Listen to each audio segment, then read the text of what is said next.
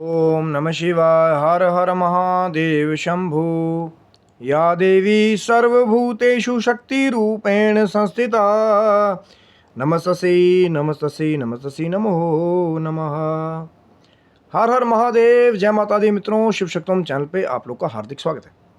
मित्रों, क्या आपने भी कभी सुना है या देखा है कोई आपका परिजन हो या कहीं ना कहीं या आप ही किसी ऐसी समस्या से गुजर रहे हों कि आपका ये कहना हो कि आपके घर में कुछ नकारात्मक ऊर्जाएं, जैसा कहीं ना कहीं हम कहते हैं कि कोई प्रेत का साया या कोई भूत का साया, अचानक से कुछ घटनाएं घटित होना या भय जैसा लगना उस घर में, या कहीं ना कहीं आप वहाँ पहले नहीं रहते थे और फिर कहीं ना कहीं आप उस घर में आए, उस घर में आपने रहना शुरू किया तो अजीब अजीब हरकतें शुरू हो गई, या कहीं ना कहीं आपको फिर बहुत सारे विचार कहीं ना कहीं आदमी के मन में यहाँ से कन्फ्यूजन जो है पैदा होती है, या कहीं ना कहीं आप उसी घर में रह रहे हैं लेकिन किसी अपने ही परिजन की जैसे जवान मृत्यु हो जाना, या जो मैं पितृदोष वाली बात करता हूँ कई बार हमेशा अपनी वीडियोस में, कि डूब के मरना, जल के मर जाना, एक्सीडेंट होना या सुसाइड किसी का कर लेना, और ख़ास करके जो जवान मौतें हैं कई बार ये उसी घर में कहीं ना कहीं कई बार जो है जब उनकी मुक्ति नहीं होती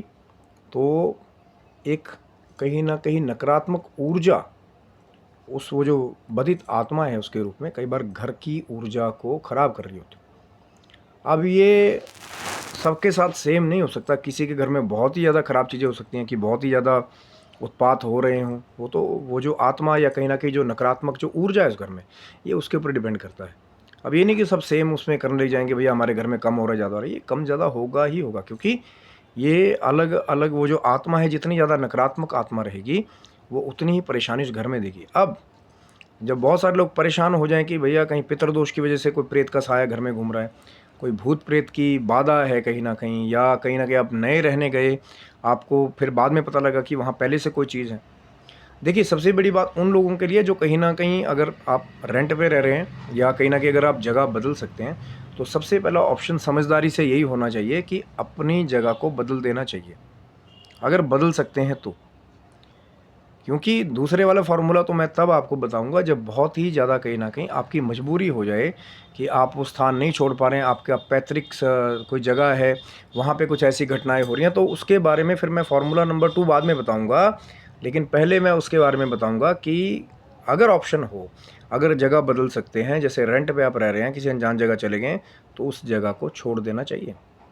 क्योंकि हो सकता है उपाय करने में आपको समय लगे, तब तक वो अपना दुष्प्रभाव जो है, जो नकारात्मक वो जो ऊर्जाएं हैं कहीं ना कहीं, या वो जो दूसरी एंटिटी है कहीं ना कहीं, वो आपके ऊपर डालना शुरू कर दें। तो फिर दूसरा उपाय कहीं ना कहीं अगर नहीं छोड़ पा रहे हैं कि मजबूरी हो गया कि भैया अब करना है तो हल क्या करें, तो सबसे बड़ी बात है कि जो आपके ही घर का कोई गया हुआ है, तो मैं हर बार बात करता हूँ कि पितृदोष की वजह से अगर वहाँ परेशान हो रहे कोई जवान आपके घर का ही है, तो नारायण बलि के बारे में अब वो गया जी में जाके मुक्त करवा देना, वो ठीक है मेरे भाई, लेकिन घर की शुद्धि भी तो करानी पड़ेगी ना।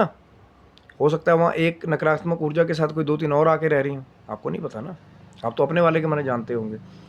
तो अगर आपका अपना परिजन है तो शास्त्र भी नारायण बलि के बारे में कहता है कि मुक्ति उनके लिए जो है, क्योंकि गया जी में पिंडदान भी आप कुछ अवधि होती है, कुछ साल के बाद ही कर पाएंगे। ये नहीं कि आज वो मरा तो जाकर के आप गया जी में पिंडदान कर देंगे, वो भी एक लंबी चर्चा है।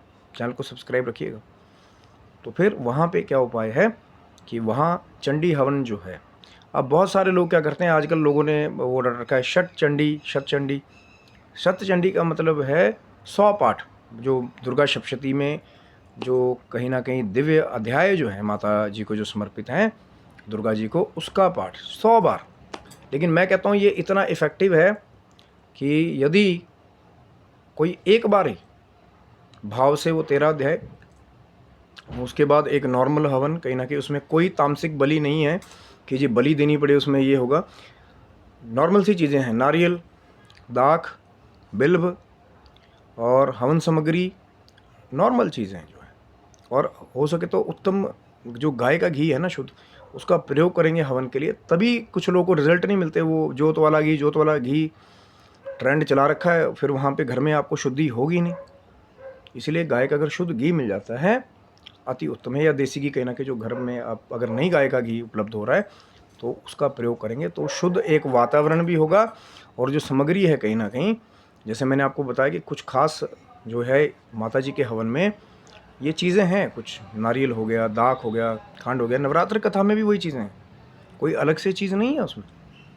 और कहीं ना कहीं अगर आप बलि के लिए अगर आप सोचते हैं तो जैसे पेठे की बलि जो है माता के निमित्त वो दी जाए। पेठा देखा ना, कुष्मांड, उसकी बलि देते हैं जो शुद्ध सात्विक कहीं ना कहीं हमारे शास्त्र में कहा गया है।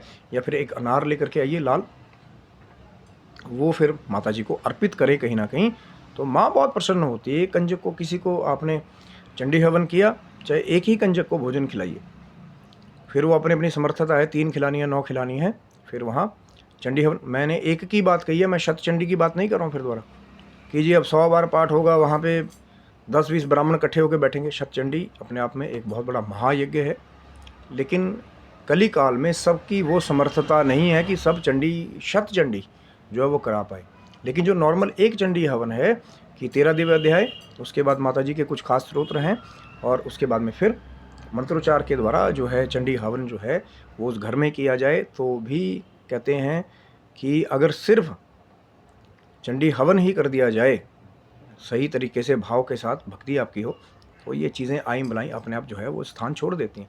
माँ भगवती दुर्गा जी के आगे कुछ नहीं आता। देवी कवच का यही महात्म्य तो है कि कुष्मांड, भैरवादे, राक्षस, भूत, प्रेत, बैताल सब जो है, जो देवी कवच का नित्य पाठ करते हैं, उसको देख करके ही ये सब लोग जो है वो भाग जाते हैं, जो नित्य प्रति कहीं ना कहीं दुर्गा कवच का पाठी हो। और फिर भी अगर नहीं प्रॉब्लम आ रही है, तो वो जो मैंने कहीं ना कहीं चंडी हवन वाली बात आपको बताई है, तो फिर उसका लाभ आप ले सकते हैं। और कहीं ना कहीं सात्विकता से ही सब कुछ करना है, कोई तामसिक बलि नहीं है। यहाँ जगह मैंने कहा ना आपको, पेठे की बलि या अनार की कहीं ना कहीं माँ को भाव के साथ चढ़ाइए। और अगर जो है आप भाव से करेंगे, भक्ति से करेंगे, तो मुझे नहीं लगता कि एक पाठ कराने के बाद भी, हाँ वो 6 महीने साल में जो हम हर बार कहते हैं, अपने घर की शुद्धि जो है वो करवा लेनी चाहिए।